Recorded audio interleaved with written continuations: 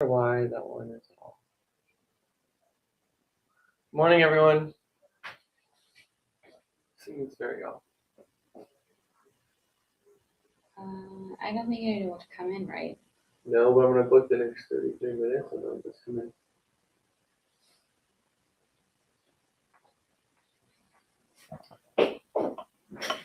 We'll give everyone a couple minutes to gather their bearings and come in here. We barely made it in by 9, so we'll give others a couple minutes. We're still setting up. Been a weird morning. A good one though. Yeah, it's nice. Mm-hmm.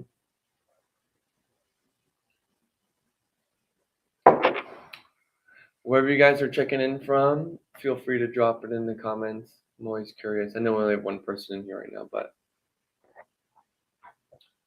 we also just posted into it, so we were everyone should be seeing that here soon.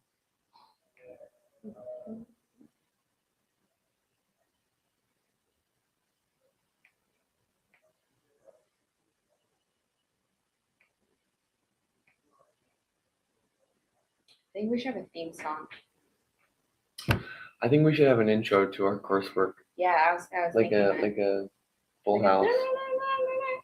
That was my idea. I was hoping we could all do it together and be super like fun. on the news, you know how they have like the screen. Good morning, Adrian. Hi. Adrian has good news for us. I'll let you break the deeds, Adrian. It's very good news for us. The best news. It's almost Christmas? Yes, better. Better than that? Better.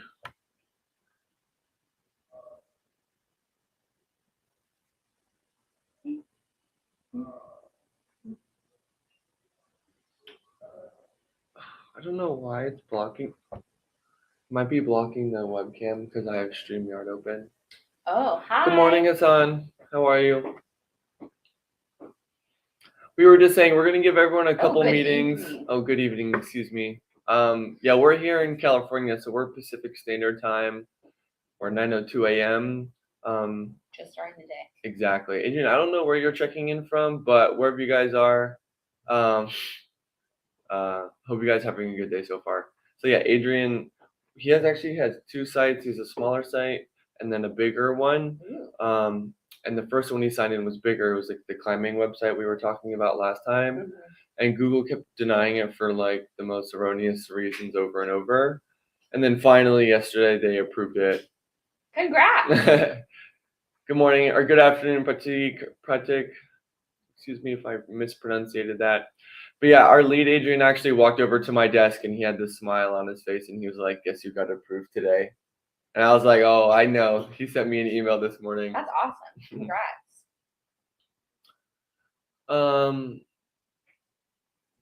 Oh yeah, excuse me. I'm Charlie. I'm from the Ezoic Access Now onboarding team, essentially, and this is Taylor. She's also on the onboarding team with us. I would say we're the onboarding team, but we just work in the Access Now team, so we do a lot of random things like this, and we do a little bit of like marketing and outreach. We run our ads. So I would just say we're part of the Access Now team. Our ages, I'm 25. You don't have to share if you don't want, Taylor, but I'm 27. There you go. Taylor's 27. Yeah, I'm curious of wherever you guys are checking in from. I know we have lots of publishers all over, which I think is one of the cooler things of working with you all is just we all come from different backgrounds, but we're all right here at the same time. But yeah, to jump into it from there, if you guys are new, I know we have some returning faces. Do exactly as Omran did. I'll get to your question in a second. But yeah, you can basically ask anything you want in the comment section. You can ask what are our names or what are our age, or you can ask something about optimizing your setup, troubleshooting your setup. If you're curious about features that you haven't touched up on, or if there's some features you want to learn more about, or if you're curious what we think you guys are missing out in terms of features. We can really cover whatever you guys find most beneficial. If you think your question isn't super applicable to everyone, no offense, but you're probably wrong. So just go ahead and ask the question because someone else will probably benefit from it as well. From Somali, that's awesome. Somalia, that's beautiful. Toronto. Did anyone else say anything else? But no, it looks like you guys are ready to jump into some questions, so we can do that right now. I'm curious, I see a lot of you guys joining from from YouTube. We haven't seen anyone from Facebook yet. So I'm glad that we opened it up to YouTube, so it actually benefits you all. Before I start rambling, let's actually jump into some of these questions. How long does it take? Oh, Omran, how long does it Ezoic to fully function? I just shared my ad or started my ads 4 days ago. Oh, I forgot I can pin these questions. So if you are talking about fully optimizing your setup, because it sounds like when you say fully function, I would probably guess and say that your question is more about getting fully started. But since you started showing ads 4 days ago, you're basically brand new. We actually have an article written out about this, and essentially what it goes over is the timeline of how our AI learns. But I want you to take into consideration that when this article was written, it was pre-Access Now program before this program was available. So all of the data and everything it's written off is basically for users that see 10,000 visits or more in a month, because there is a correlation with, the more data, the more traffic, and the more learning that our AI can do. So to answer your question, if you are let's say your site is seeing maybe around like 5,000 visits, it'll probably take around like 5 to 6 months for our AI to like really learn your site, and then even I would say another 4 or 5 months on top of that to be like fully optimized. But I can show you this article right here. I just want you to remember what I said about the visit numbers and the learning. So fewer visits will take our platform to A little longer. Exactly. I hate when it jumps around like that. What is a Zoic Premium?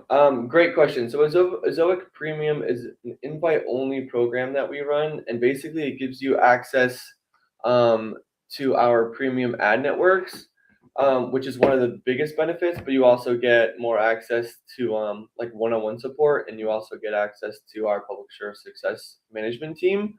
But in terms of the Zoic Premium ad networks, essentially you'll be earning more with these premium ad networks, but you do actually have to pay for them. The caveat is that you can actually pay with your earnings for premium, and you're guaranteed to earn more than what you're going to have to pay for premium. So net, your ROI will always be positive, even though you have to pay for premium. You're going to make more money regardless. Yeah, regardless, even if you have to pay, like we're not going to set it up so it doesn't work that way. One other thing I want to touch upon about the invite only, a lot of you guys like to ask, which is a great question, is like, how can I increase my chances of being invited to a Zoic Premium? Basically, just do whatever you guys are doing here. Keep looking for ways to optimize your setup. Staying with the Zoic over a longer period of time will also increase your chances. But if you're asking yourself, what can I do specifically to my setup to improve it? Writing new content is always one. But you can also go to the levels dashboard, and you'll basically see optimization opportunities built out from beginner to expert. Those are two really good ways to start. But great question. Great question. Is Google strict about policies for approval recently? So yes, they have. I would say recently, as in maybe, how long has it been? Maybe the last 8 or 9 months or so. Google was basically running a program where it invites us to their ad network and our user to the ad network. It previously was called SPM, and now it's called MCM. And when they switched that process, they kind of changed a lot of things, obviously on our end, but also on their end. And I think their change to this program might have been, in the nicest way I can say it, not fully thought out yet. So we did see kind of like a backlog, and we ran into more issues than either of us would have liked doing it. But I think we're kind of catching on to the flow of things now. So yeah, I would say maybe a little bit more strict, but then also as of recently, we've also seen a couple of sites just take a little bit longer to be reviewed. Technically, Google says anywhere from 1 hour to 2 weeks, essentially. And we've seen more get reviewed towards the 2 weeks, but that's more only because there were some bank holidays around the world. Right. But they're basically catching up now. So everything should be pretty squared away. But good question. If you have something specific about your site being denied, you can basically just throw maybe the reason for the denial in the comment section, and I can kind of cover and run briefly over what you can look for on your end. Second language, great question. And welcome back. He says, what are the faster themes? So kind of like an umbrella idea, something that we've seen more in the data and all of the tests we've run is actually some of the simpler themes offered through WordPress are actually the faster ones. And of course, we can say that a faster site can help increase user experience. So in terms, also in change of revenue. But ones we see the most are like 2021. I always butcher this name, Akodabo, or well, I always butcher it. Excuse me. Let me just write the let me find this theme for you. But yeah, I want you guys to also think about kind of how Leap is built out. So Leap is built out to flag anything on your site that is flagging or that is hindering site speed, regardless if it's just a touch or a lot. But that's why this article I'm posting at the bottom is pretty relevant, because they find that the simpler themes, maybe the less complex and built out ones, are easier and faster to load. So it's better for user engagement and everything of that sort. But that is a great one there. Actually, I'm kind of just curious. Can you guys click on that link from the screen? I don't think so, but that would be cool. I have to copy and paste it.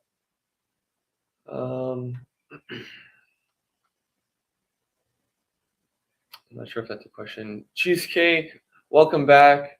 I love that name. Me too. 99 years ago. I thought you gave us your name last time, but if I forget, please forgive me. I'm doing my best. And Adrian says, hope that my case will be able to help someone else in the future. Totally. It totally will. So to fill you guys in, I know we talked about it briefly earlier. Adrian has 2 sites. One got approved by Google really quick, and we kind of had to be a little tedious for the other site to get it approved, even though it was an extremely high quality site. So if you guys are getting discouraged saying, oh, I've made all these changes, all my content's original, my traffic is great, nothing's scraped, I have no idea why Google is denying it. I will say things on their end are not 100% flawless and perfect, sadly, as Adrian knows, but being persistent and working through it, we can get an approval, and we've seen many publishers fight through it.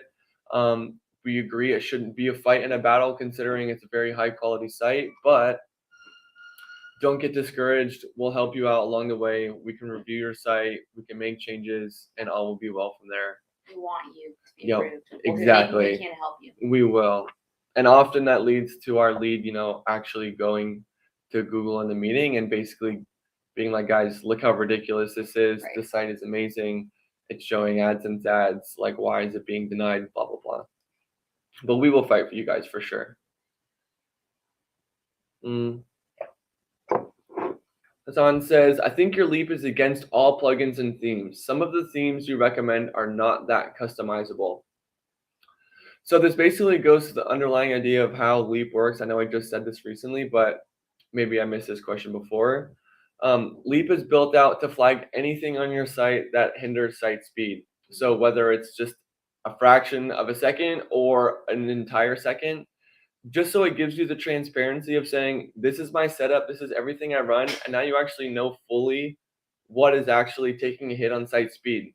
So Leap is not built out to say, oh, remove every plugin, remove every feature, that's essential to your site. It's basically just saying, hey, Hassan, these are the things you are using. So for like full transparency, like these are the adjustments you can make. And if you're saying, oh, this plugin is being flagged, it's detrimental to site speed, but it's also essential to like the function of my site, you can actually just go to view alternatives and just find maybe one that's faster and has the same functions that you're using.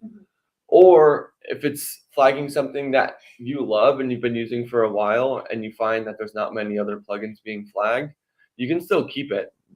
It's your site. You can obviously do whatever you want, but we just wanted to build out a tool that will give you like the full transparency of what's going on the back end. Yeah, it shows you all your options, but you do not have to take them. Yeah, it's your choice. We cannot tell you to do anything. We're just kind of giving you the insight of what you can do.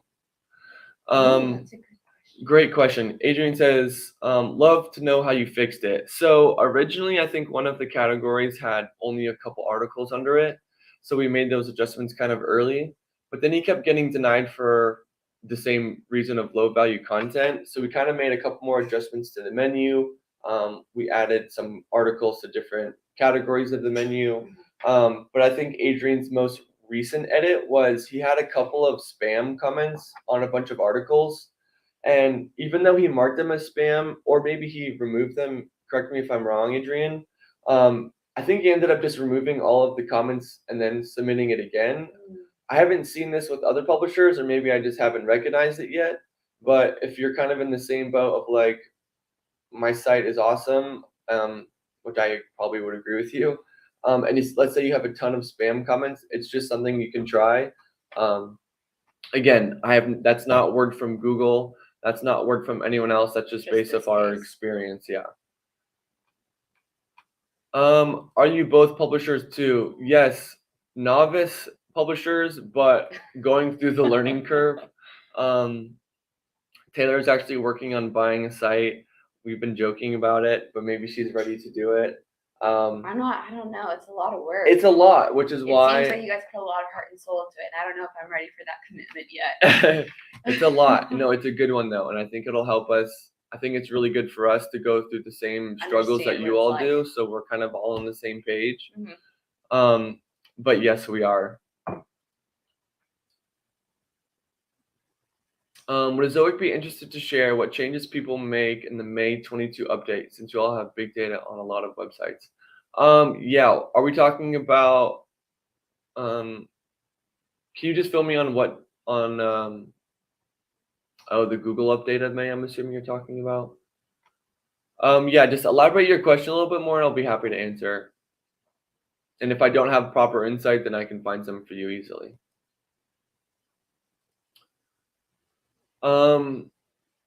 Hopefully I don't. Janik,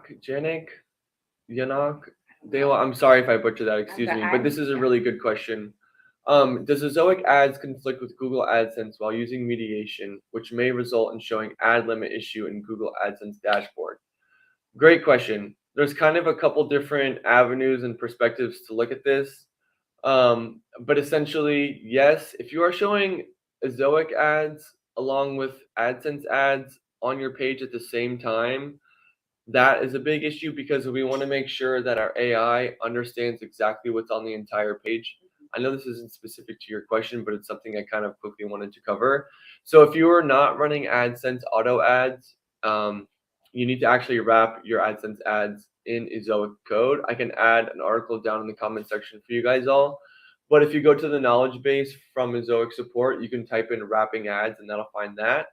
But yours was specifically with a confliction between Google AdSense and mediation. So no, but all mediation will be done through the Zoic placeholders. So you don't need to add more AdSense ads to your site. So when you set up mediation again, you're basically adding network partners to bid on your inventory, which will be done all primarily through the Ezoic placeholders. So no ad limit issue will come from that. And then also with this new Google process, touching back from the SPM to the MCM switch, you can send 100% of your traffic through Ezoic, and AdSense can actually track the impressions through the Ezoic ads. So your AdSense will not be like turned off or go stale, or any of that sort. Okay, so Omran says, thanks, I have 2,000 to 3,000 page views. And I think that was for the optimization timeline. Exactly. So that's great. First off, well done. I'm not sure if that's page views or visits, but yeah, having 2,000 to 3,000 is great. And that will help your AI learn. And you can kind of do some simple, quick math to kind of see how that might change your optimization timeline. But I would say roughly maybe 8 months or so. And I guess I want to vent a little bit more on this question. I would say another really good thing to do on your end right now, Amran, is to go to all of your top landing pages. I would say maybe the top 5 or 6, and actually all of you should do this. And visit all your top landing pages. Enable the Chrome extension, the Ezoic Chrome extension, excuse me, and view all your placeholders on your page. So that way you just make sure that your entire page, top to bottom, is dense with placeholders.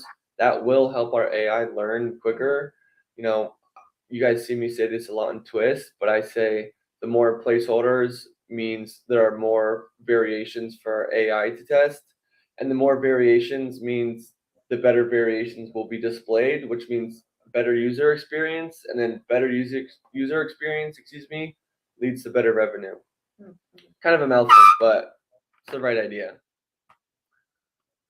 So here's Adrian's insight. I kind of touched on that in a second. But yeah, that's what we think it was. That was the only change made from the last one. Jump down again. Oh, thank you.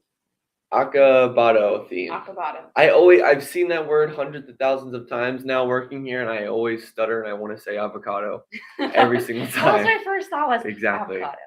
But yeah, from the Income School is great. Income School has a great program. If you guys know nothing about the Income School, you should check out their channel and some of their content. They have a lot of really, really good stuff for publishers of our size to really grow. Omran, great question. In Leap, my Divi theme is showing in red, so it's hurting my site speed. How do I fix that? We touched on 2 comments below yours. You'll see a comment that goes over the basic WordPress themes. And some of those basic themes are actually faster and higher earning. I would check out that article. It'll basically cover exactly what you're asking in terms of how do I fix it. But yeah, I'll let you go through that. Because I did cover it just a second ago. But if you want me to elaborate more, just let me know. I'm happy to do so. Bradley asks, AI placeholders, I disabled them because it was breaking my site design layout. Is there any control on this, just on or off? Great question, Bradley. So there is control over this. So if they're breaking layout on a specific part of your page and it's breaking it on other pages as well, or maybe 2 locations, you can actually turn your AI placeholders on and then go to the Monetization tab of your dashboard and find the Disable Ads by Page app. And from there, you can actually go and create a new rule.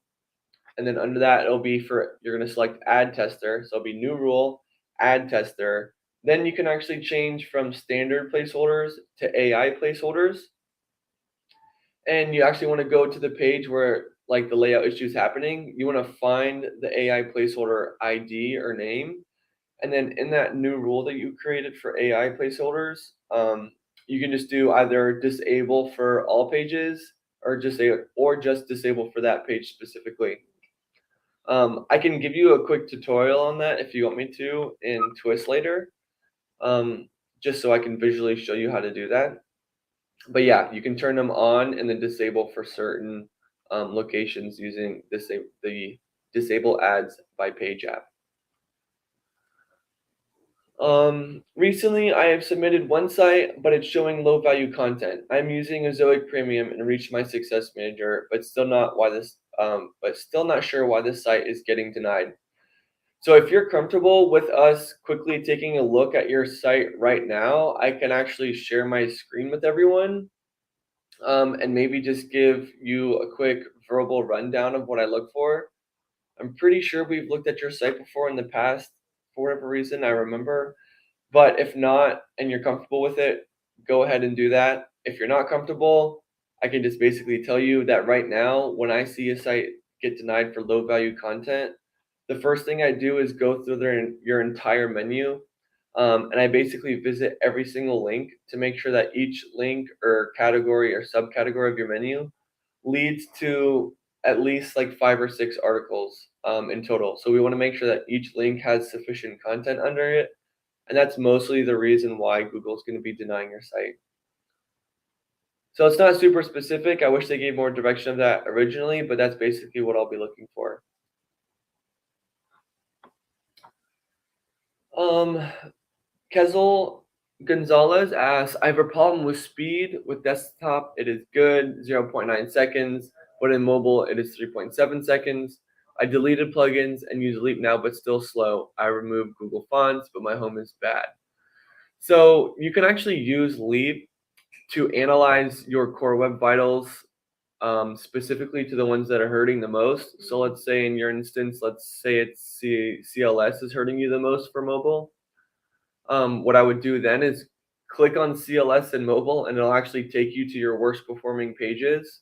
And then from there, you can actually hit, test in a Zoic lab, and basically we'll run a quick, a lab type setting scan of your page, and it will basically tell you, what specifically on the page is hurting CLS or whatever the core web vital is the most, along with the Leap optimization settings you can turn on to help. But then it'll basically show you a full report of everything being run on the page. So that's probably your best bet in terms of like what you can do now to improve mobile. And then another good thing that I like to, also include in this answer is check out your cache hit rate right now and try to optimize your cache hit rate, because increasing your cache hit rate can help bring down your site speed. Guys, I've been applying since March, and I got disapproved after fixing my navigation.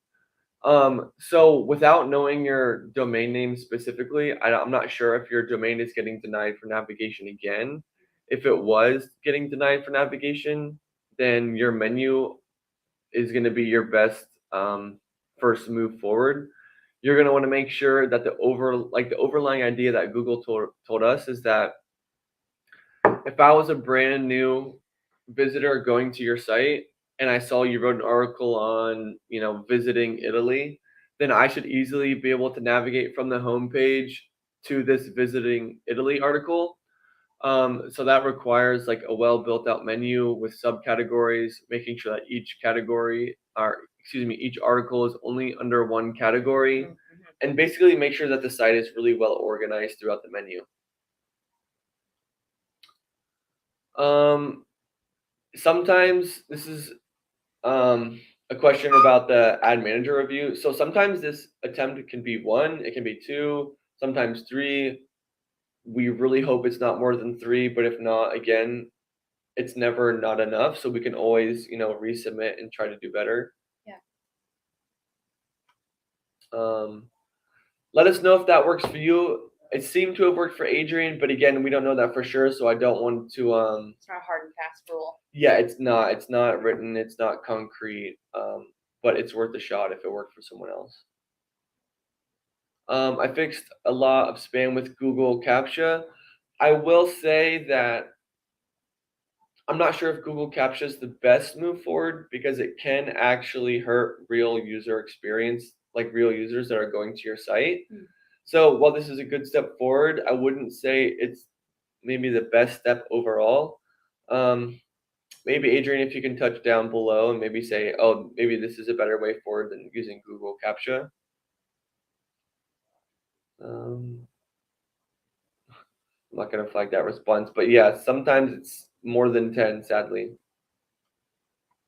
I just lost it.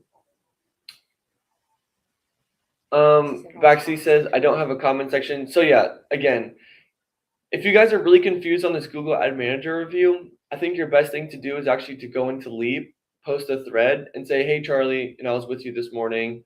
I really want you to check out my domain and see what the reason for the denial is. We can give you like a pretty quick, in-depth review of your site and to see exactly, and see exactly what the issue is.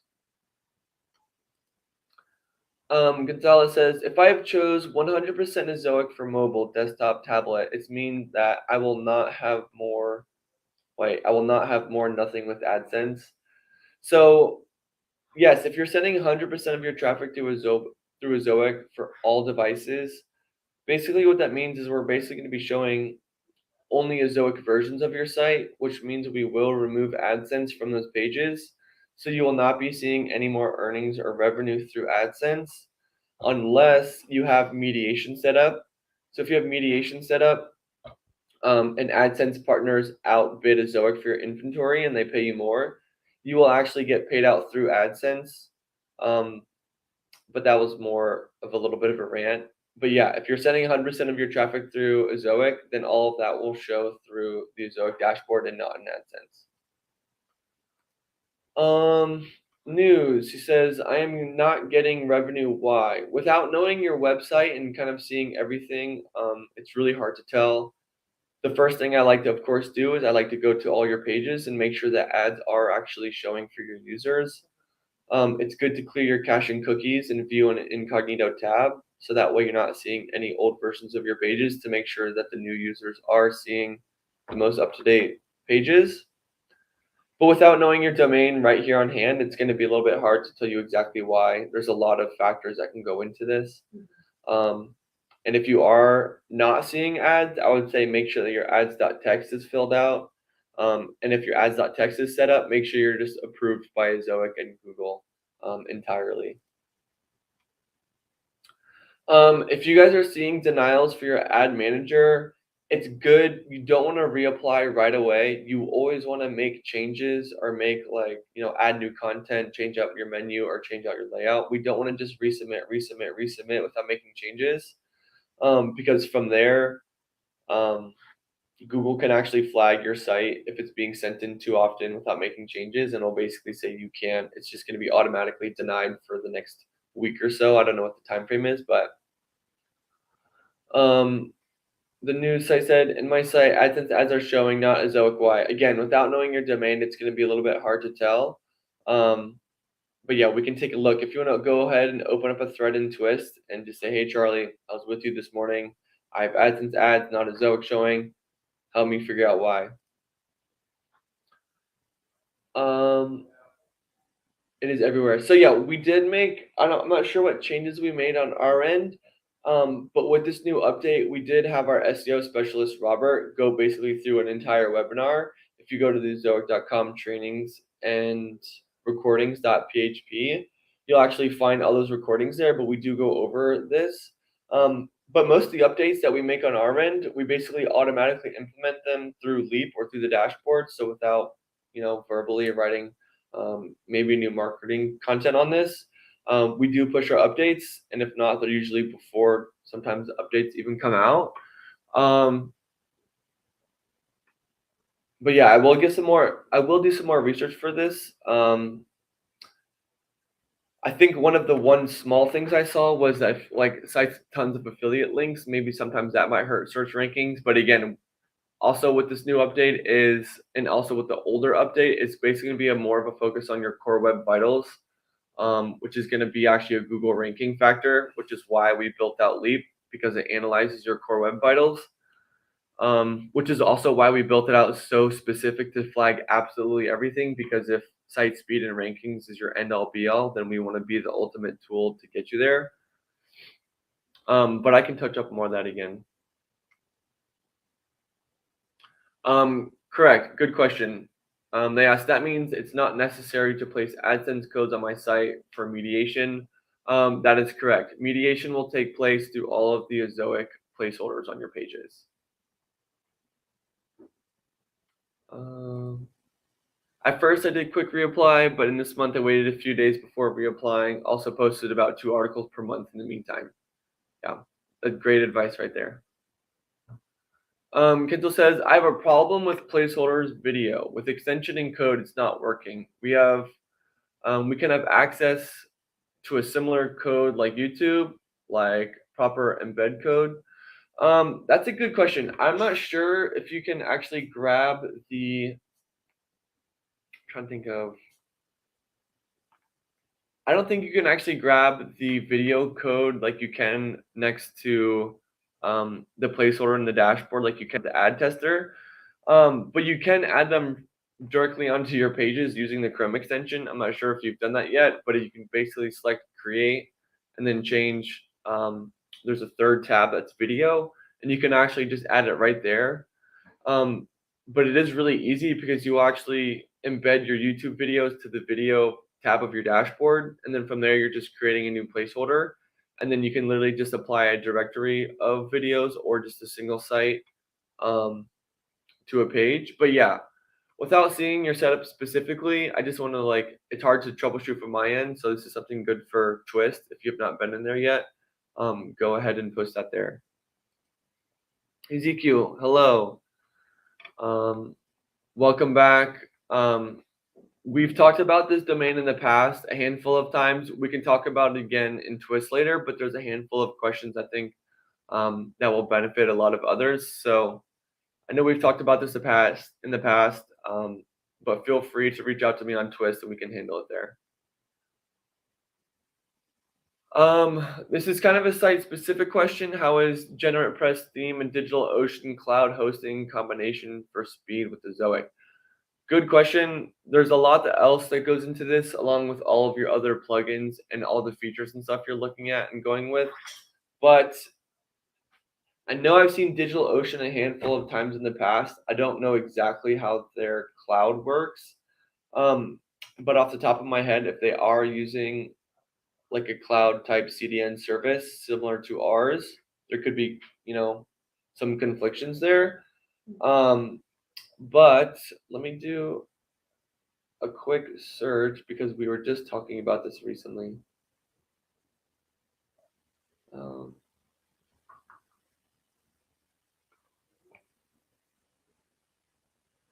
Nothing specifically. I'm not sure if they use AWS as well. That's kind of what I was looking for. But go ahead and open up a thread in Twist. I know I've been saying that a lot, but without actually being able to look at it firsthand, I can't check your DNS records to make sure everything's compatible there. I want to make sure that SSL setup is correctly on both our ends. Make sure you're not seeing any issues actually when we turn your site on through our CDN, like in terms of your host blocking our IPs of anything like that.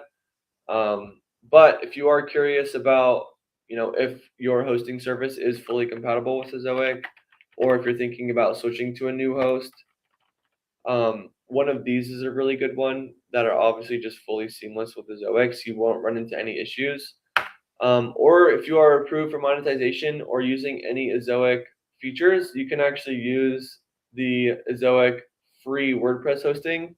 So yeah, it is more of a self-type service, but it is absolutely free, which is pretty incredible.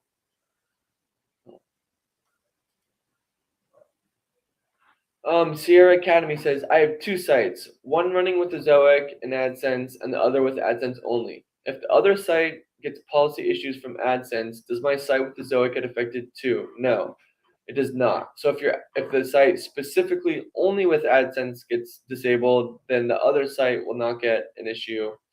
But if the site running on both Zoic and Adsense gets a policy issue with Adsense, then it will affect Zoic. But no, it's specific to the domain, not to the user for domain stuff.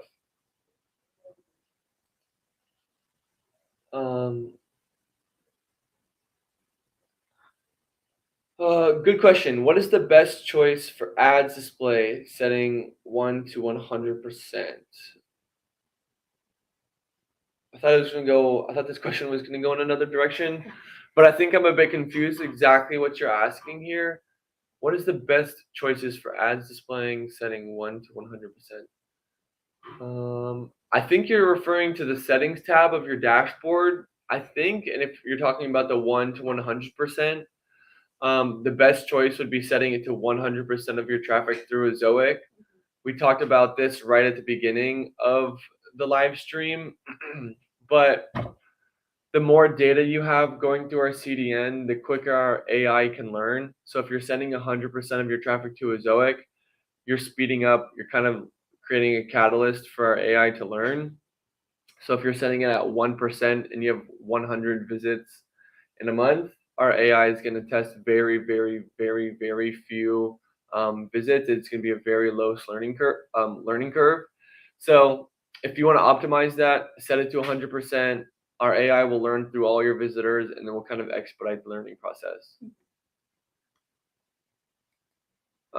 Sir, my blog has traffic but does not earn. How many visitors will be one? I think he also clarified a little down below. Oh. My blog gets traffic but does not earn. How many visitors will be $1? Please clear it. It depends on your Epmb, your traffic source, the country of your traffic, the length of your articles. There's so many factors that go into this, including like the topic or the niche of your site. So I wish I could give you a perfect answer of 400 visits, but that's just not the reality of it, because every single user will basically have different metrics to get to the $1 earning. I think to better answer your question,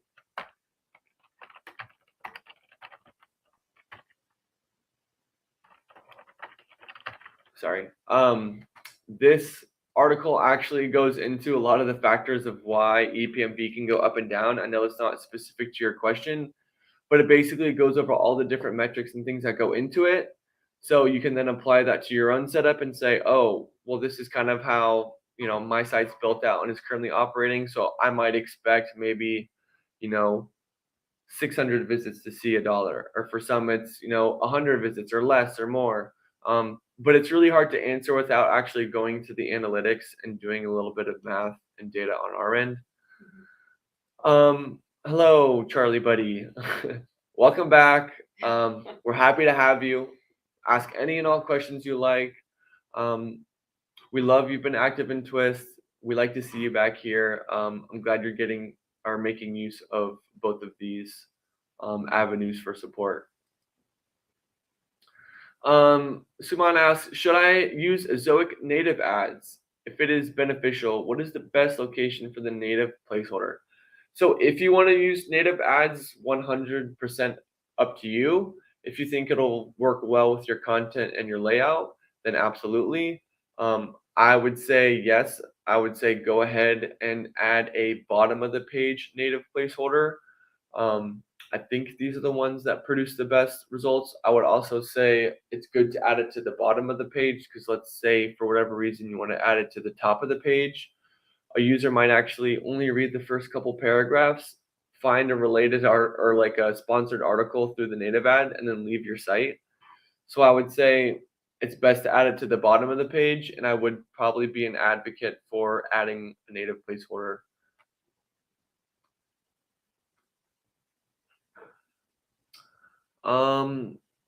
Spartan Life, Sport maybe. Life? Oh, Sport Life. Maybe I could be wrong. Spartan. I have a site with 80 plus posts with over with over 1 million words. The articles are written on specific movie topics. When I applied for ads through Zoic, it got deemed as scraped content 2 times. What does this mean? How can I make sure that I don't get deemed scraped content a 3rd time? Which means that I can't ever get a Zoic on my site. So basically, getting denied for scraped content means that when we actually were reviewing the content on your site, we were finding words verbatim found on other sites that were published first. So meaning this is not original content. I used this terrible analogy the past 2 weeks, and I'm going to use it again this time. If Taylor owns a house, I can't walk up to the front yard of her house and put a for sale sign and sell it and take the money. That's something she owns and that I do not have the rights to. So it's the same way and the same reason why we're denying your site. You cannot you cannot earn money off someone else's original content. If you are saying all of my articles and all of my content is 100% original, and I'm positive of that, go ahead, open up a thread in Twist and say, hey, Charlie, I was with you this morning. I keep getting denied for scraped content. Can you please take a deeper look into this? And I will be more than happy to say, you know what? I think this was a false positive on our end, maybe twice. We did make a mistake, and I'm more than happy to, make the changes so you are actually getting improved if you do earn it. Do a thorough review. A thorough review, yeah. But I would say if you are having others write articles for you, then it's always good to just check and make sure that the content they are writing is 100% original. We've seen that in the past, not often or not frequent, but yeah, that's the reason why, and that's what you should be doing to make sure that you don't get denied a 3rd time. Token Media, support Token Media Inc. He says, or she says, what is the ideal number of placeholders on a site that doesn't use sidebars? I have more than 100 placeholders auto-generated from the Zoic plugin. Would it slow the optimization process? No. But again, in terms of the number you're looking for placeholders without a sidebar, it's kind of hard to tell, but I would maybe say, depending on the length, anywhere from 15 to 30. There's no harm in having more placeholders. I said this earlier, but the more placeholders, the more variations our AI can test, which means the better your user experience will be, and then the better the earnings will also be. So adding more placeholders will not slow down the optimization process. It'll just get it more dialed in down the road. But no, that's a great question. But I would make sure that all of your pages are filled top to bottom densely with placeholders, but you also want a very high variance between your placeholders. I also noticed we do have a Facebook user. Okay, good. 1,000 words. Okay, still. 10 million words. I was like, those are something. I was like, that's a lot of long article. Millions, a lot of words.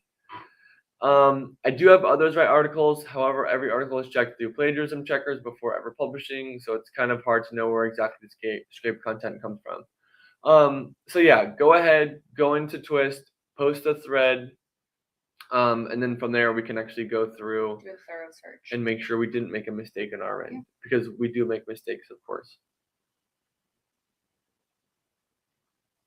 Okay. Good question. Why is Zoic speed setting of delay JavaScript not working?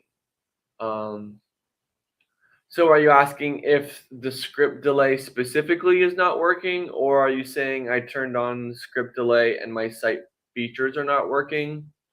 For the latter part of what I just said, sometimes we turn on script delay in order to delay or remove scripts from your pages that are not necessary.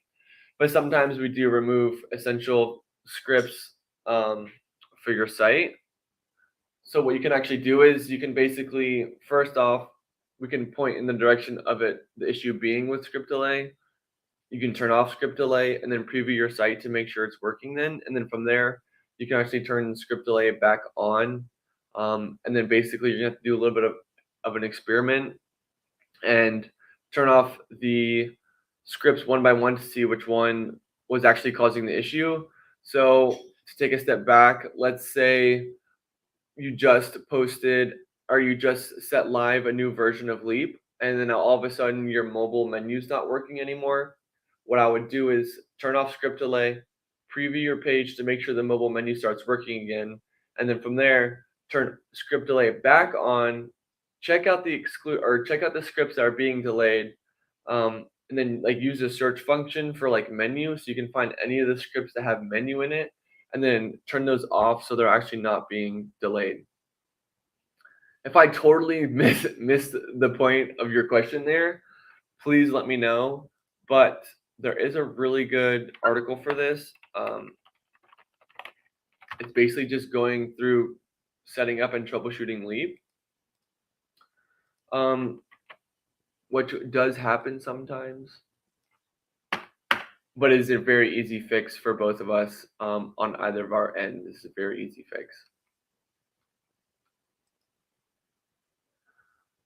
I saw some sites getting ad limit issue on Adsense due to improper ad placements. Is it anything to worry with on Ezoic, or will Ezoic handle it as per Google policy? If it's getting ad limit issue through Adsense, then that'll have to be, this is kind of a hard question to answer as it's not happening through Zoic, so we have no transparency to exactly what the issue was or the pages or anything on that sort. So, but no, it's nothing to worry about. I would just make sure that if you were showing AdSense ads prior to Ezoic, and now you're showing both Ezoic and AdSense ads, that all of your AdSense ads are wrapped in Ezoic code. Because if they're not, our AI might scan the page and say, oh, let's add 5 ads to this page. But if there are unwrapped AdSense ads, then our AI has no idea that those ads actually exist there. And so instead of displaying only 5 to the user, there might be 9 or 10, and there might even be ads right next to each other, which could then maybe lead to an issue with AdSense. So if you want to make sure that to avoid that, just make sure all of your non-Ezoic ads are wrapped in Ezoic code. And let me drop this article down because it's a beneficial one.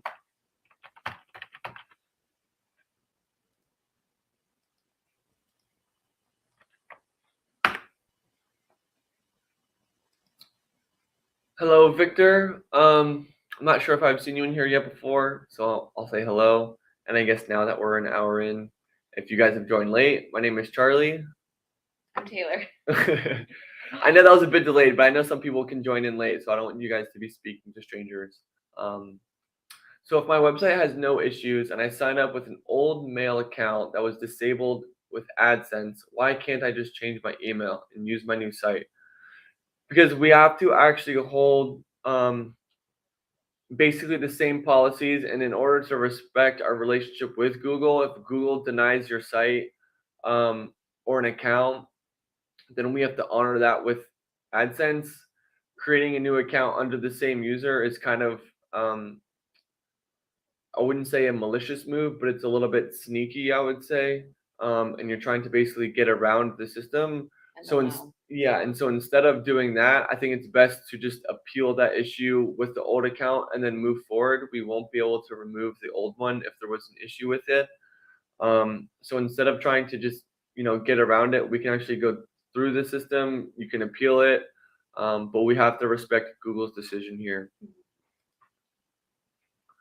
I turned speed delay setting, but it is not working and my website is slowed down. All other settings are working. So I don't think I answered your question previously, which is why you asked it again, but still I'm confused as to why you say it's not working. So if you're just setting up new features in Leap, I want you guys to remember that Leap is also such a good tool because it actually analyzes all your site speed using real user data. So if you're just implemented some new settings and you're like, what the heck, why is my score increased already or gone down? That's because we actually have to wait for new users to visit the site. Leap will analyze that data and then display it through the dashboard. So it's not an immediate change. It's going to be over time. You got to take your time there. Hi guys. Sorry I'm late. Just home from work in the UK. Great to have you again. I know you reached out to me an email yesterday, and I know I responded, but I thought I saw you responded again. So if I didn't reach out a second time, I'll get back to you right after this. But we hope you had a great day. You're one day closer to Friday. You're already through the workday, so we're happy for you there.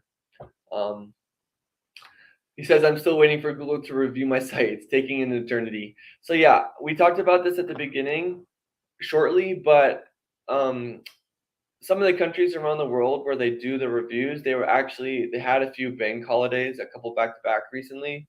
So I think some of the delays are taking a bit longer, but they shouldn't pass the 2-week span of what they say it'll take.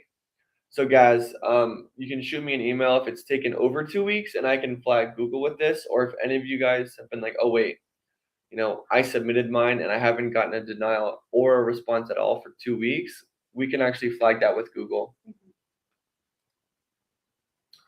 One of the issue is I just changed Cloudflare integration to name server, but now native ads or sponsored ads is not showing. So changing from Cloudflare integration to name server should not have any effect on whether native ads or sponsored ads are working. There might be just another issue in terms of the transition between the name server or between the integration steps. So this is something that I'm going to want to troubleshoot on my end, and the first thing I'm going to need to do is recreate it. So you can either throw the exact URL in the comment section where your native ad should be working, and I can check it out really quick on my end. Or you can go into Twist, post a thread, I can troubleshoot, check your settings, check the back end, make sure everything on the page is correct. We're showing Zoic ads Ezoic versions of your pages, placeholders, blah, blah, blah. Oh, why is it doing that? Sorry about that.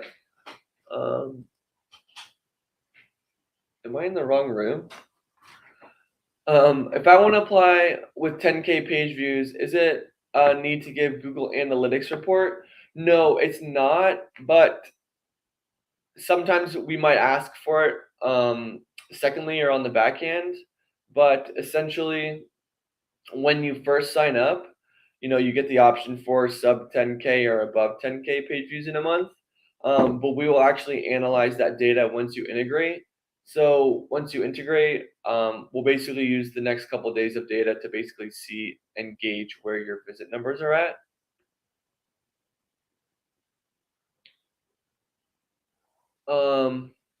Cool. Thanks. Of course. Yeah, so I actually caught up on all questions. So the past couple live streams, I was kind of running my mouth a lot, not really staying on top of questions. And I thought that was a bad practice on my end because I thought if you were asking a question and then you had to wait 10 minutes for me to answer, I just thought that would be a little bit annoying on your end. So I was trying to cover questions a little bit more quickly this time so you guys wouldn't have to wait so long. But I actually did catch up on my end. So again, feel free to ask any questions now.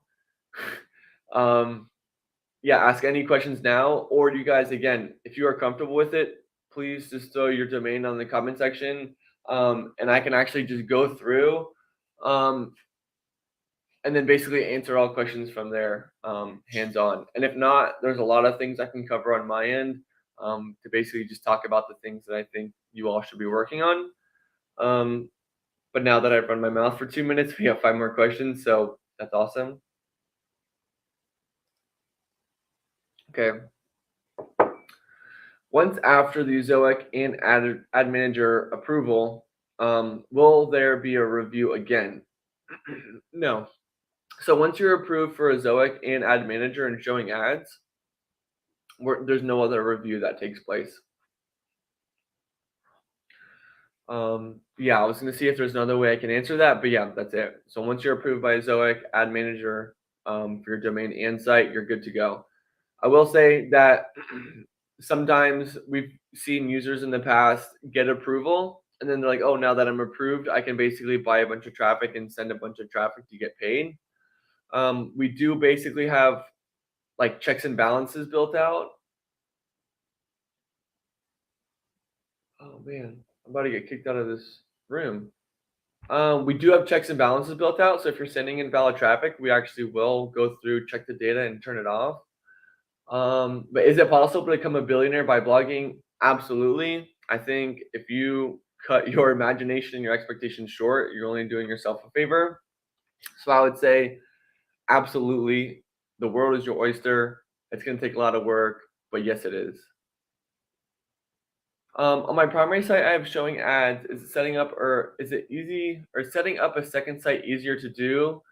Or do I have to go through the same process? So you don't have to go through the entire process, but you do have to go through the approvals and whatnot.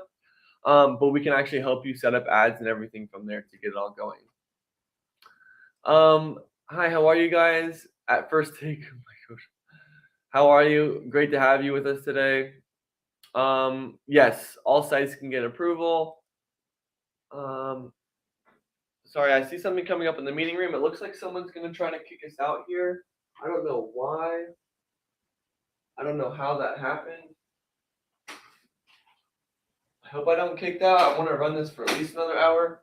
Hopefully you guys didn't see that I was just walking around in my socks. Sorry about that. But yeah, we can get your second site set up for you guys. We can help you out with that really easily. Hi, I accidentally removed my site from Adsense and I added the site again. Still waiting for the site approval from last 9 days. Temporary. I have disabled Zoic monetization. So we can check on this review for you. But yeah, that's definitely something we can check on. Tips for improving overall site and earning more money. Great question. There's so many things that I would love to go over this question, but Technoator is great at answering questions, but he's exactly right. Another really good thing to make sure inside the dashboard you're set up is go to the levels dashboard and actually go through all of the optimization settings from beginner to novice to make sure that everything on that end's dialed in. Pratik, did I miss your question? Is it possible to become a billionaire by blogging? Was that the question I missed? But yes, you can. Hold on, I think I'm getting kicked out.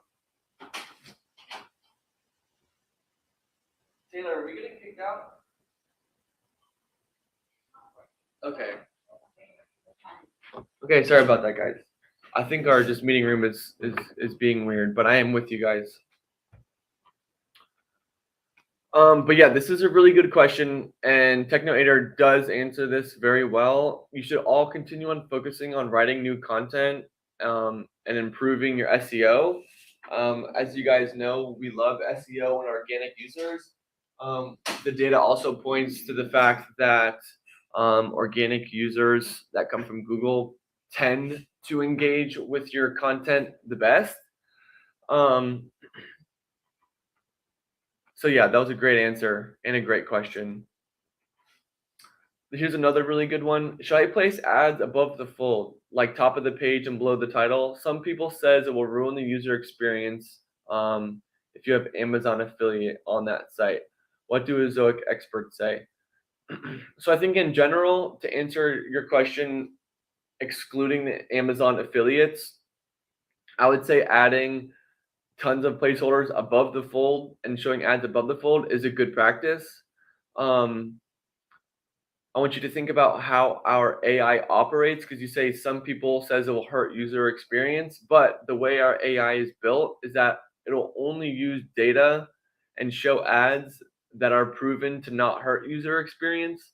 So if our AI is gauged to focus on just keeping user experience high, if it, let's say it tests a couple ads above the fold, and it hurts user experience, then we will actually run that ad less. We're all good? I made a paper sign. Okay. What? Cool. Okay, good. It's just not working. Okay, cool.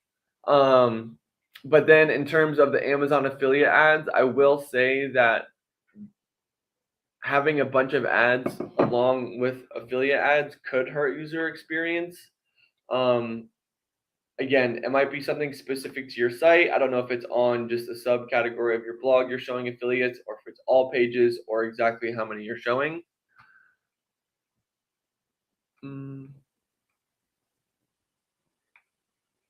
That was kind of a poor answer, but yeah, I do want you guys to think about how our AI basically operates. So if you're worried about user experience, well, we are obviously as well.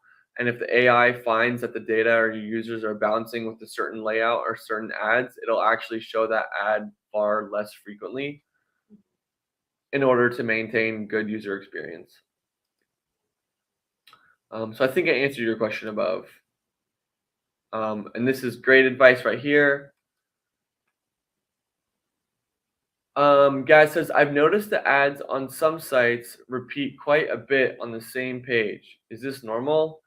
So are you talking about the company of the ad specifically, or are you talking about ads showing, next to each other, like two ads in one placeholder, or if a little bit more clarification on that, and I can answer that. But yeah, I think you're referring to like the company and the type of ad. Yeah, that is normal. I see a lot of repeat ads of myself. Remember that the ads you see are specific to the user. So I might see a lot of, car stuff, and I see car stuff also. yeah, she sees car stuff. So yeah. Buy Toyota. Yeah, exactly. So if that Maybe was your if that was your question, then yes, it is very common to see those, and that's not an issue at all. Is there someone in this meeting room? No, that's why I was getting confused because. Okay, I think it's just not working because the one next door also isn't. So I Okay. put a sign. Okay, perfect. So you're in here till 10:30, but I need an address to let me know. Okay, well, we can run to 10:30 and see how it goes from there. TechnoAder, thanks for answering this question. You have to place ads top of the page, bottom of the page, and also run the AI placeholder, which will automatically detect the space. Because Zoic AI is super. I agree, but I think he was also asking specifically about affiliate ads. But yes, you did answer that question perfectly. Is it mandatory to link AdSense with the Zoic mediation? I have placed only Ezoic ads on my site, but not linked AdSense with the Zoic mediation. So no, it is not. It is not mandatory, but I think the reason why we built it out is because we wanted to give you guys all the tools and opportunities to be fully set up and optimized. So if you're revenue focused and you don't even want to show more ads, you can just set up mediation just to make sure that you're earning the most possible for the inventory on your site. Um, Kind of a side answer to your question is if you were using AdSense before, you don't have to enable mediation. I would highly suggest it, but I would also highly, highly suggest linking your AdSense with the Ezoic dashboard.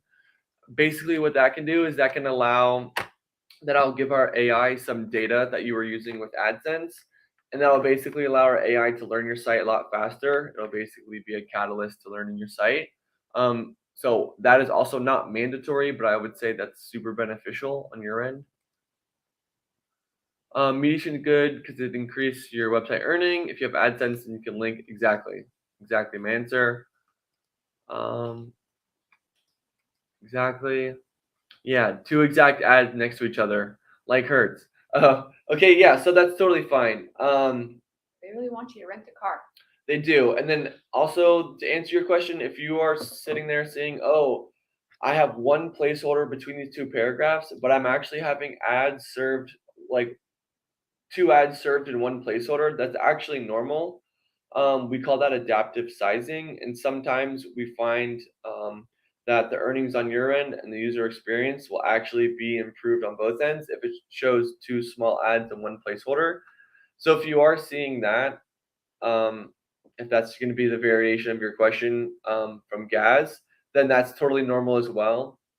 And I want you to remember if you keep seeing the double ads, but you might not like them, our AI is only going to serve them if your users are finding it beneficial and if it's maintaining good user experience. That's basically what it's going to go after. But then again, it's also your site, so if you want to turn off those two ads showing next to each other, if you want to turn those off, you can actually enable the Chrome extension, find the placeholder that's showing two, and then edit it and just turn off adaptive sizing. It'll just be a little box down there in the bottom right corner. Cool. We're catching up.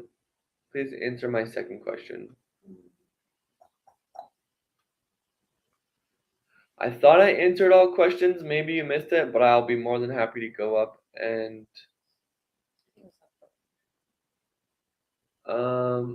we did talk about this one. Oh wait, different person. Oh, we did definitely talk about this one too. But good question. What is the ideal number of placeholders on a site that doesn't use sidebars? I have more than 100 placeholders auto-generated from a Zoic plugin. Would it slow down the optimization process? I can't give you an exact, explicit, verbatim number of the placeholders you should have, but you should have placeholders all over your site, or excuse me, all over your page, and you want a high variance of placeholders as well. So you should have top of the page, bottom of the page, in content, mid content, native ads, etc. More placeholders, the better. It will not hurt the optimization process. I think, what's his name? Techno Ader would also agree that just adding more placeholders is better. Enable enhanced placeholders, enable AI placeholders, enable beta ad formats. Basically use all the ad formats and basically just, do yourself a favor. And if that was the question you were referring to, I hope it was. And if not, let me know. Good question. What are the upcoming tools and technologies from Zoic? So without getting in too much trouble, video content is going to be one of the highest priorities. I know I've been saying that for a while. And someone asked recently, when are we going to be able to share our videos? And I kind of gave a misimposed answer to that, but I don't know how much I can say. We are going to be working to help aid you build video content. Is basically what I can offer right now.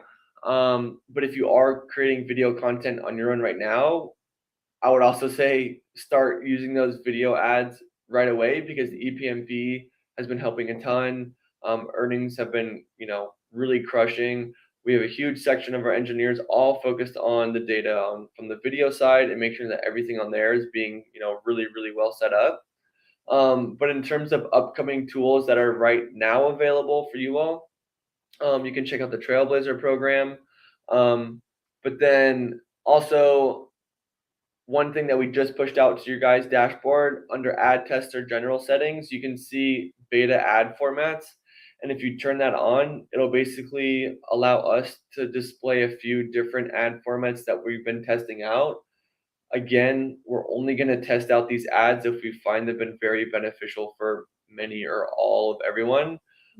So for one instance, recently someone turned on beta ads and I saw the ad and I was like, oh, this is weird, different, cool. But essentially it was kind of like a mid-content floating sidebar, or a mid-content floating ad. So it kind of had like a bigger gray background, and then it had the ad in the top, and like as you scrolled, it basically that ad stayed in the field of view for an extra second or two. And that actually does, not hinder user experience and actually improves Epmb. But more to come from that. I know I keep saying that every week, but it's hard to answer until we fully push these out. Because we normally do build out these tools and then test them on our end, and then we usually test them through a small sample, and then we use the data and the experience from the small sample in order to like make changes, further dial it in, and then that way when we release it to everyone, it's ready to go. It's not like top quality. yeah, and of course we still run into random issues, as you guys all have high variance of different setups, but we will basically push those right as they're ready. One more question. When setting up my placeholders, I've checked the box to always compete. Is that a good practice? Gaz, no. Sorry, but I would actually say go to those placeholders, excuse me, and I'll actually turn that off. Sorry. Do you need some water? I think so. No, it's okay. It's okay. Are you sure? Yeah, I have some coffee right here. Thank you, though. But the always compete option actually means that we're always going to be serving that ad through that placeholder. So you're kind of taking away the beauty of the AI. So if you've checked it for all of them, I would say let's work backwards and remove all of those. Because again, the definition of always compete is it's always going to try to be served onto the page. So you're kind of taking away from the AI.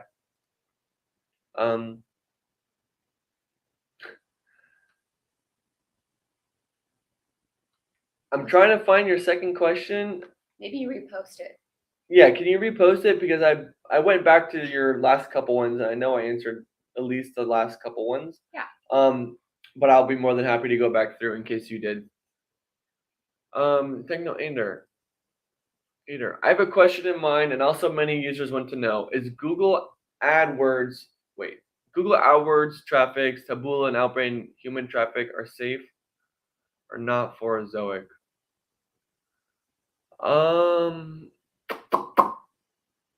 So if it's human traffic and it's real users, then it's 100% safe.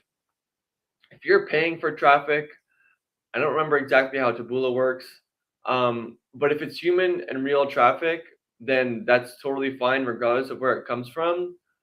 If it's coming from one of these places and it's extremely low quality and does not mimic human behavior, then it will hurt your Epmb and your earnings, but then it also could result in being turned off. So I would say your best effort forward in terms of traffic and being safe and increasing, your setup and earnings is actually just to work on writing new content and improving SEO.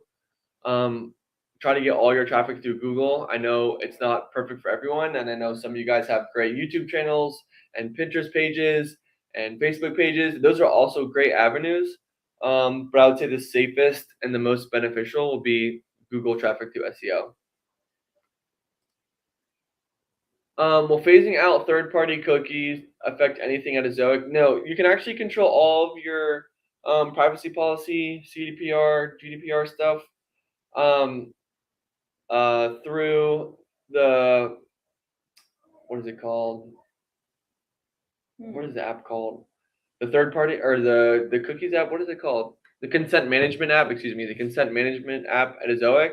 So you can just run everything through there. Well done, Gaz. If you need help doing that, I can flag a couple pages and we can make sure that they're all dialed in. So yes, we are a partner of Outbrain. I wasn't sure exactly how you're going to generate traffic through Outbrain, but yeah, we actually do use Outbrain primarily for our native ads as well. Like that's how we primarily show our native ads. They do really, really well there. But in terms of gaining traffic through Outbrain, I'm not sure exactly how that works. Oh, nice. Oh, yes. I actually met your colleague, Sarah Clow, at the affiliate gathering this year in York, England. She's ace. Yes, she's on our marketing team. She's been with the Zoic for years now. Sure, yeah. Yeah, so she actually did a ton with the Income School, the Just Start program. What was the other one? And the E3P. So yeah, she's done a lot with our publishers. She's done a lot with the VIP publishers. She is great. I don't know if that was very recently because I know she was just over there visiting some of our team in the UK. But I think she's back now. But yeah, she's great. She's a great avenue for a lot of education. Thurindu, sorry if I butchered that, but welcome. She says, hi, I entered a Zoic under Access Now program and I did complete every step.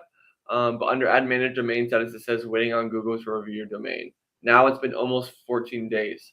So yeah, we actually did see a little bit of slowdown on Google's end with these reviews just the past 2 weeks, because I think a couple places around the world, they had a bunch of bank holidays. Like 1 or 2 bank holidays. Yeah, exactly. So they were seeing. Not reviewed. Right. So we were seeing a bit of a delay, but everything's basically being caught up now. And if your site does go over the 14 days since you sent it in for review,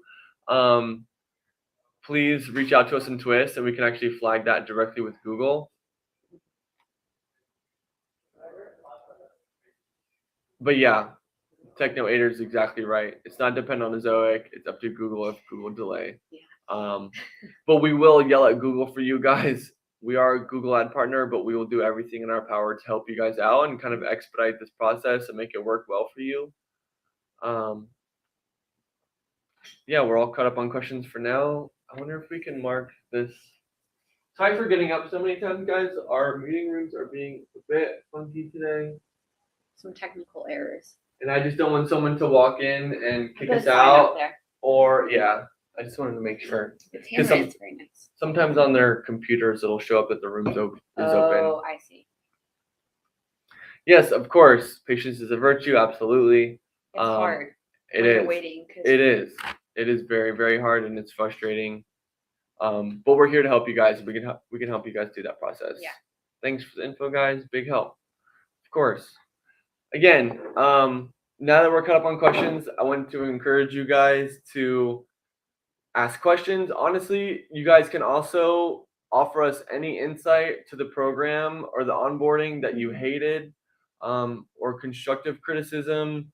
You can say, hey guys, this worked well, but this was terrible for me.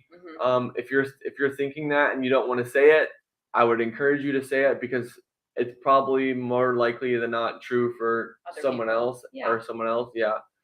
So go ahead and be like, hey, here's my advice. Or even if you were like, hey, I really love this about the onboarding setup process. Could you guys expand on that, or use more of it? Let us know what works and doesn't work, because we want to make it better for you guys. Yeah, we're willing to make whatever changes. I think that's the beauty of kind of how Zoic works. It's still a start-up-ish company. Like, they're bigger and they're growing, so they're not small, but they still operate on our own terms as we're private. So we can still, if we find something that's very beneficial for you, we don't have to go through a corporate ladder of making changes. We can basically say, hey, our publishers are saying this. Let's fix it. Yeah, let's fix it. So Yeah. that's kind of the beauty of the small company, but we also have just tons of the benefits of a bigger company as we are growing to nearly a couple hundred now. No, we have almost 300. Yeah, almost 3, and more than half are engineers. So the brain power we have back here is pretty incredible. It's crazy, yeah.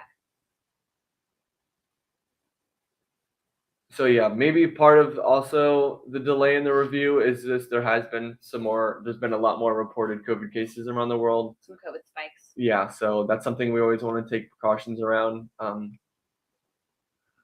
Thanks so much for your help. You have an amazing team. I appreciate that.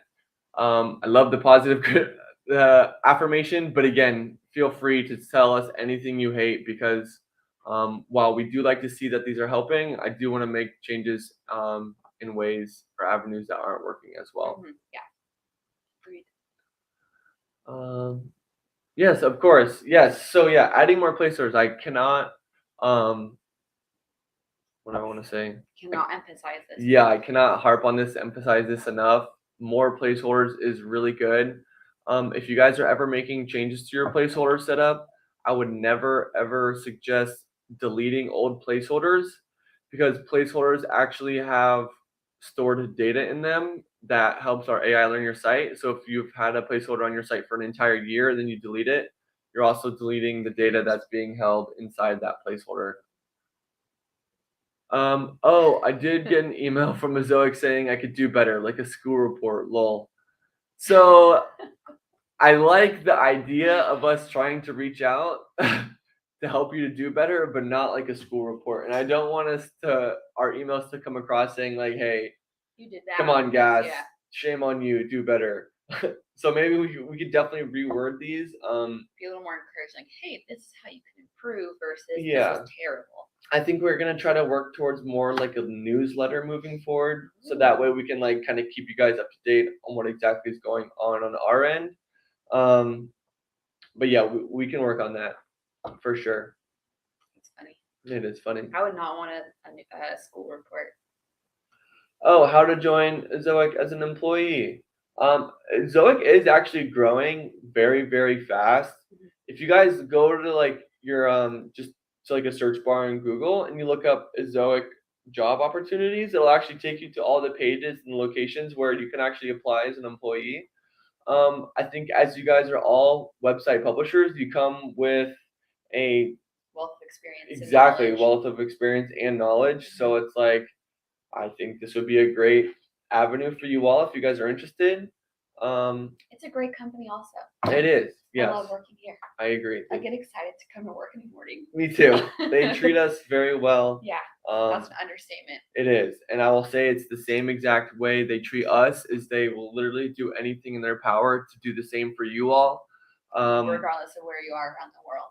Yeah, I brought this up last time, but I think recently there was a conversation with our hosting team saying, hey, I'm not sure if we're going to be changing free hosting. If it's like, if sites are taking up a ton of storage, are we going to be, should we charge them for a fee? And basically our CEO and our CTO were basically like, no, that's not the basis of what we're built off for. We're basically trying to create tools for all of you guys to succeed for free. So even though the idea was brought up, literally everyone at the top of the company was like, nope, that's not what we're doing. We want to make sure that everything's accessible for all of our publishers. We just want to give them all the tools to succeed. So I will say, as well as they treat us, they care twice as much about you all as well. Truly. They really, truly do. So they will fight for you guys to the death, which I love, which makes me excited, which also is why I'm excited to come in the morning and do this with you all. It was a C-. Okay, so we're a passing grade, but barely. So we can definitely do better. What's the saying? C's get degrees. C's get degrees. That's true. Depending on what. Rude says, hi everyone. Sorry I'm late to the party. No need to apologize, Rude. Go ahead and ask any questions if you have any. You can actually rewatch these as well because we've covered a bunch of good topics. But Gas says, maybe I could get a job at Ezoic, emptying the trash bins and straightening the chairs. No. Yeah, right. You gotta give yourself some more credit and love than that. You could be the next CEO. Okay, maybe not that, but the world is your oyster. What's cool is they offer a lot of training and opportunities. Mhm. So if you have relevant skills, maybe not super technical in your background, this company is willing to work with you and teach you all the tools you need to be successful. Exactly. Exactly.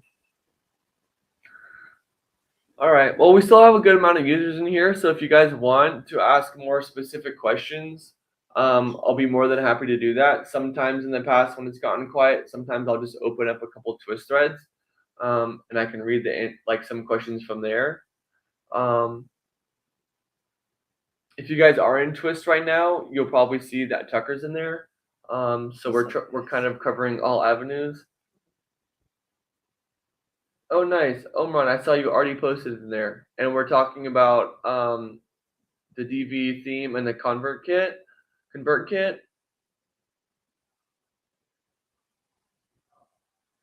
looks like Tucker actually already responded to you. But yeah, I can actually help you in there right after. Rude asks, I started using a Zoic tag tester yesterday and my first test is running.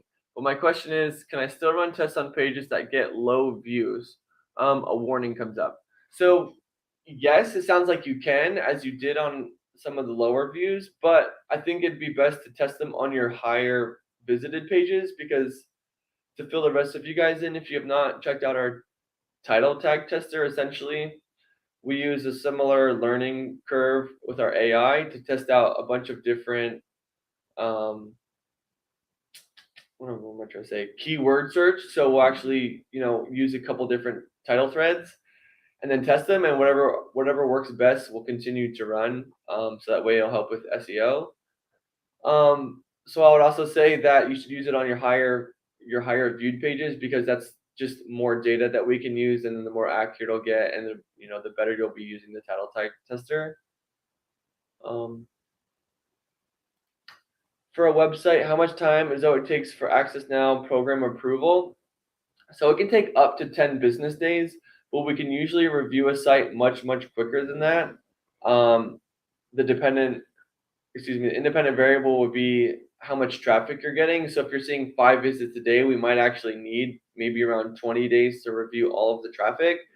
But if you're seeing 500 visits a day, we can actually review your content very quick. And then once you hit enough traffic for us to accurately analyze it, we'll basically review it from there. So it can be anywhere from 1 day to 2 days, or up to 10 business days, depending on the size of your site.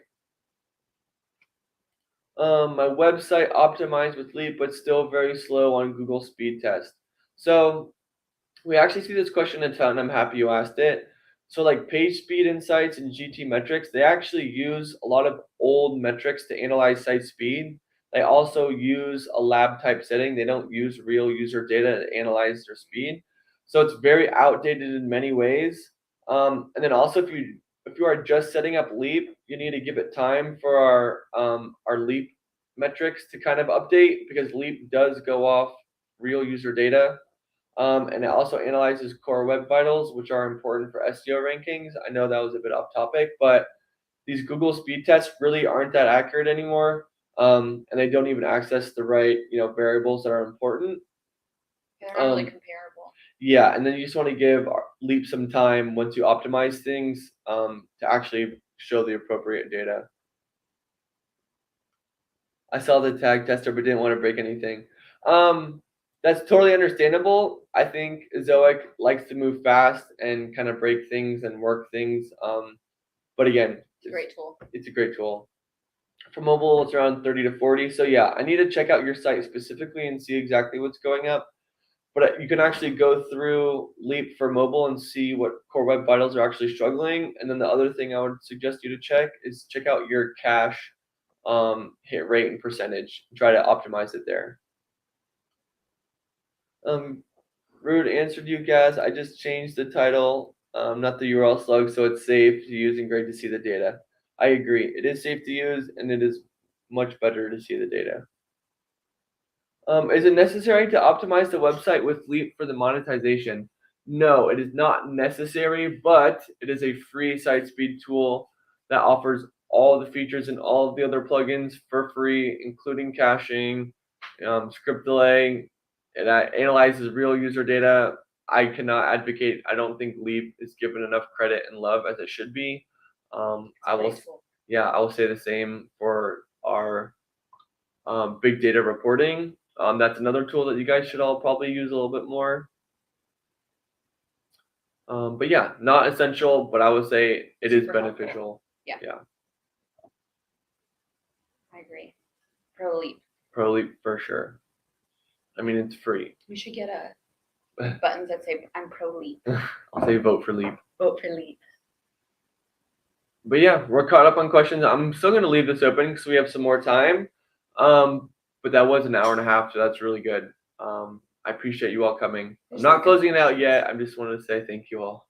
There's some great questions. Yeah, they are really good questions. I like that everyone else gets involved too. It's like a community aspect where other people have answers based on their experience that are hopefully helpful. Right. For you guys. Because you guys are a great source of knowledge. Yeah, you're the publishers. You know what it's like. Exactly. So what's your website? Mine is on cars, as you would have guessed. What specifically?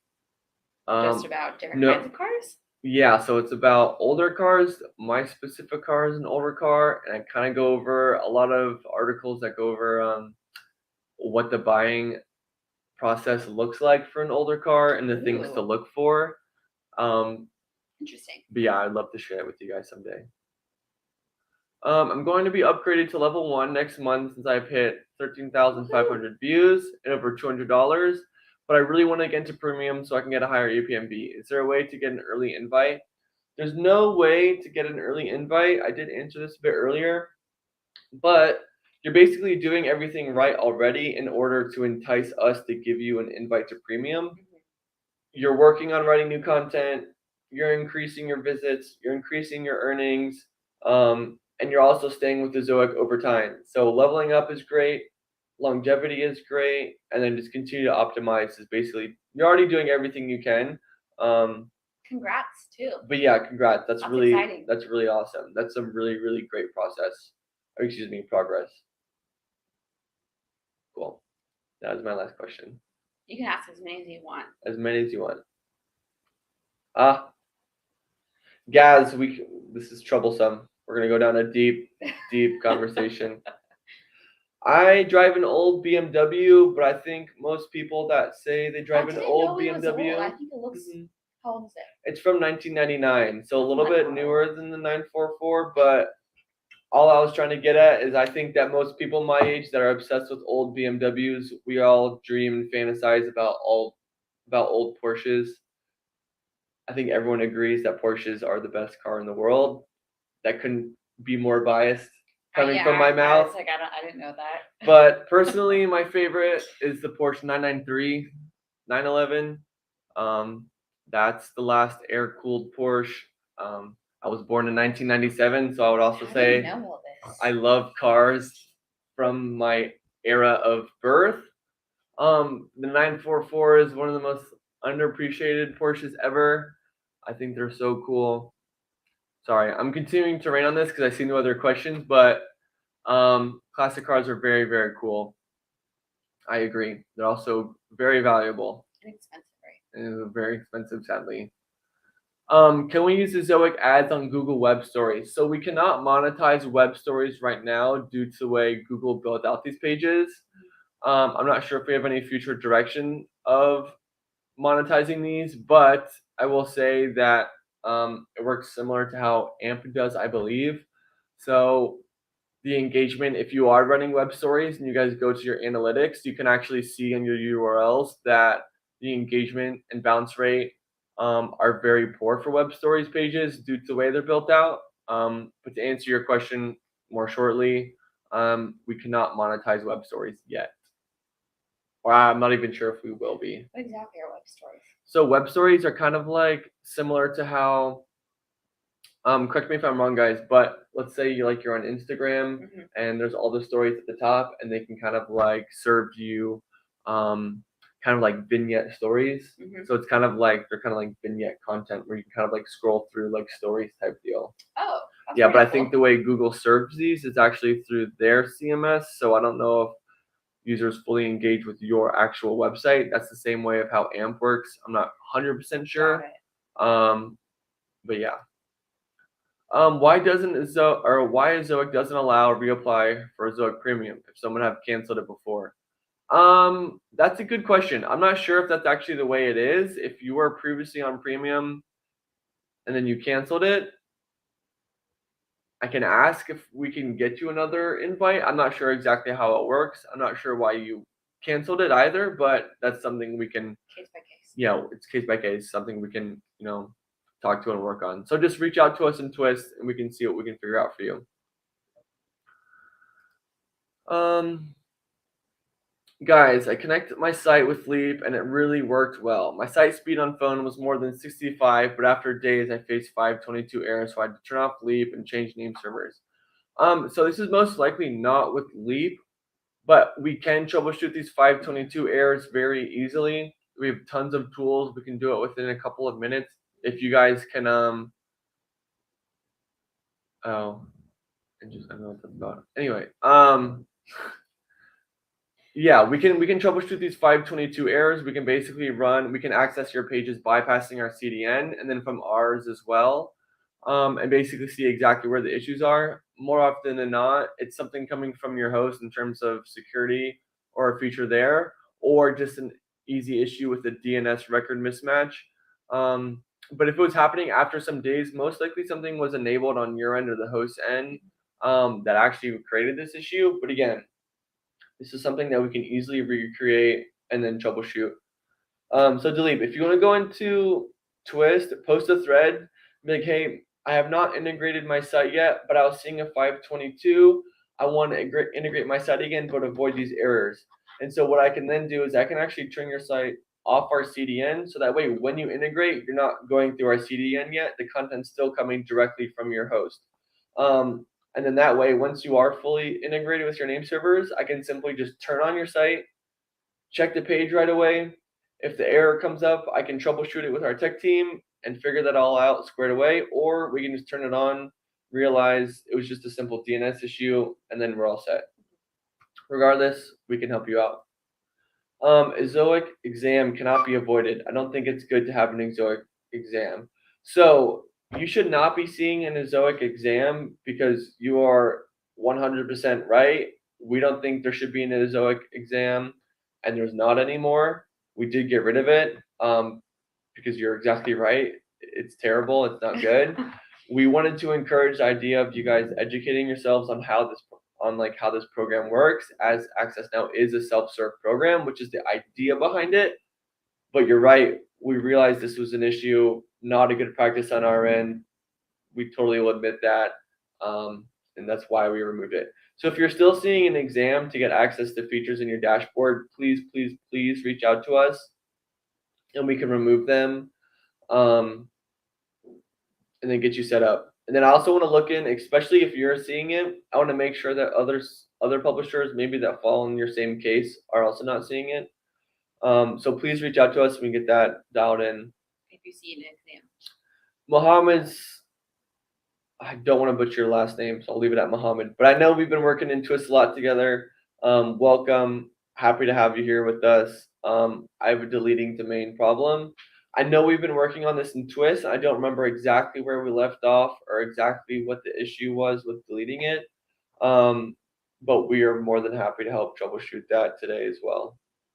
But thanks for joining us. You can also ask any other questions here if you would like. You can also give us all the things you hate about Zoic in our program or the things you love, etc. Okay, I'll see you over there in Twist here soon. I'll just mention in your thread, say, hey, I talked to Charlie earlier about X, Y, and Z, and we're connecting on this just to give some background of your thread. Can I use Cloudways Object Cache Pro with the Zoic Leap? I would say no, only because normally like third-party caches create a lot of issues with our CDN. I'll say that all of the features in Cloudways Object Cache Pro are most likely offered for free underneath the same site, underneath the speed tab of your dashboard. If not, point me to the features and I can submit a request for you to them to be added in the future. But then I can also help you dial in to make sure that your Cash Pro third-party thing is compatible with Zoic Lead. You also stated that my LCP is not good. So we do want to make sure that your cash is dialed in because cash does have a correlation with LCP scores. But then again, you can use Leap to analyze your LCP for both desktop and mobile and see exactly what the issues are, what specific pages the issues are happening on, and then also give you the recommendations and the best step forward. So yeah, it's a bit hard to answer that question without actually looking at your site and your DNS records and your integration type, and all of your other plugins. But we can do that for you. I need more coffee. I'm gonna get some after this. Hey Charlie and Taylor, can you guys take a look on a accreditation badge integration? If I change affiliate link on affiliate dashboard, badge integration on a Zoic, keep the old affiliate link on badge. I think I remember seeing this in Twist yesterday, and we had to dig up some background information because I still don't really understand exactly what you're asking here.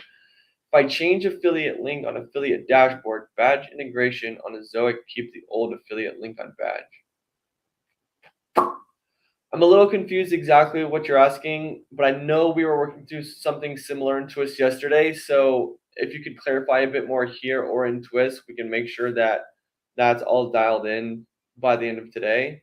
For everyone else asking about future directions of a Zoic and maybe things we're working on, we are actually going to revamp our affiliate program.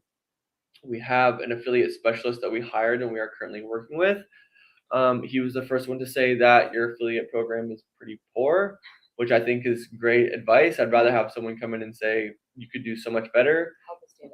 Yeah, so if you guys are interested in the affiliate program, I would keep your eyes out because we are looking to push the new revamped affiliate program soon-ish, which is really great from your guys' end because you guys actually will earn portions of the people that sign up under your affiliate link.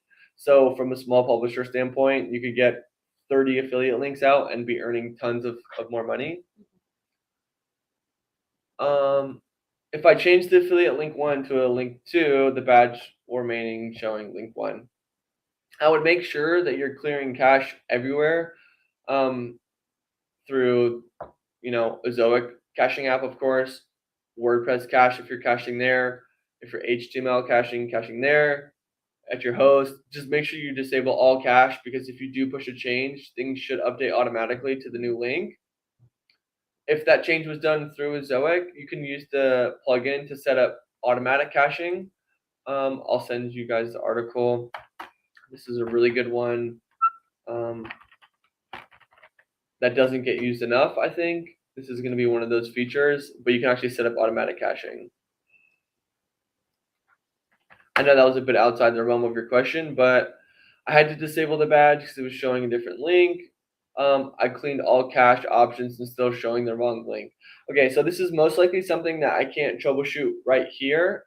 But right after this, I can go into Twist, find your thread, and then make sure we get that all dialed in to show the newest link.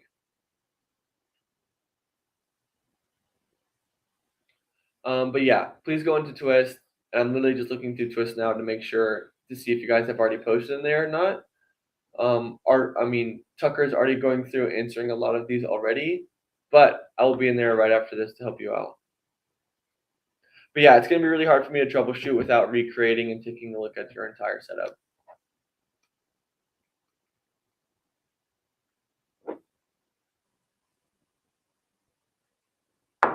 All right. We'll give you guys, maybe we'll wrap this up at 10:45. So if you guys want to ask a last minute question, go for it. Anything and any and all questions are welcome. Criticisms welcome. I do want to say thank you all for joining. I know these can be a bit long, but hopefully you guys find these beneficial. We do want to run more in the future. And I can also change the direction of how these go. Maybe I can offer the first 20 to 30 minutes purely on like my 2 cents and maybe my best practices. And that way, if you guys want to rewatch them, the first 10, 15, 20 minutes will all be pretty significant, relevant information.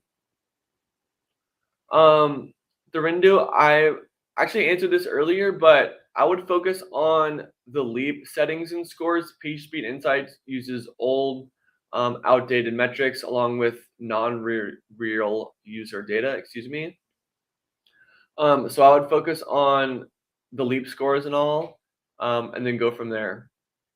Gaz says, thanks, Charlie and Taylor, for your time. Thanks for letting us steal some of your time, Gaz. I know you're busy. Just got home from work. Yeah, Long day. probably making some Irish meal. Oh, wait, no, he's in the UK. That's a different publisher. But yeah, we appreciate you setting the time out of your day to join us and learn a little bit. But yeah, we love seeing you all. I think it's sometimes hard for us both, and all of us both, to basically talk through a computer all day. It can feel a bit humane and like we're not real people. But I hope this gives you the opportunity to see that we are real people. We care about you all, and we'll do whatever it takes to get you guys fully set up. U Sports, I'm glad you're in here today.